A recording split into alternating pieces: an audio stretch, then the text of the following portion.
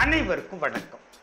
சர்க்கரை நோய் வராமல் தடுக்கவும், வந்தபின் அதனை நாம் கட்டுக்குள் வைத்திருக்கவும் சாப்பிட வேண்டிய உணவுகளை பற்றி இந்த வீடியோவில் நாம் பார்ப்போம். சர்க்கரை நோய் வருவதற்கு முக்கிய காரணம் என்னவென்றால் உணவு முறைகளில் நாம் செய்யும் முரண்பாடுதான். இது பாரம்பரிய நோய். ஆகவே பெற்றோருக்கு இருந்தால் பிள்ளைகளுக்கு கட்டாயம் வர வேண்டும் என்பதெல்லாம் இல்லை.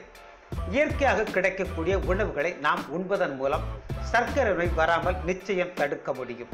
அவை என்னவென்றால் வாழைப்பூ. நீரிழிவு நோயாளி ஒருவர் வாழைப்பூவை கசாயம் செய்து சாப்பிட்டார் என்றால் கண்டிப்பாக நீரிழிவு கட்டுப்படும்.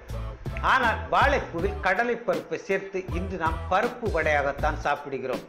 இதே வாழைப்பூவுடன் சிறிது காய்ந்த மிளகாய் எல்லாம் சேர்த்து அரைத்து துவையல் மாதிரி செய்து தொடர்ந்து சாப்பிட்டு வரும் பொழுது சர்க்கரை நோய் கட்டுப்படும். அதேபோல் தென்னை மரப்பூ. தென்னம்பாளைக்குள் இருக்கும் தென்னை மரத்து பூவை நன்றாக காய வைத்து அதை பொடி செய்து காலையிலும் இரவிலும் தொடர்ந்து சாப்பிட்டு வந்தோம் என்றால் சர்க்கரை நோய் கட்டுப்படுவதுடன் சர்க்கரை நோயால் தளர்ந்து போன நரம்புகள் அனைத்தும் சரியாகிவிடும். இதனால் நம் கண் பார்வையும் தெளிவாக இருக்கும். நீரிழிவு நோயால் நரம்பு பாதிக்கப்படுவதால் கண்ணில் வரக்கூடிய நோய்கள் நிறைய உண்டு. அதேபோல் நம் பாதங்களிலும் பல நோய் வரும். இவை அனைத்தையும் சரி செய்யக்கூடிய தன்மை தென்னம்பாளைக்குள் உள்ள தென்னை மரத்து பூவுக்கு உண்டு.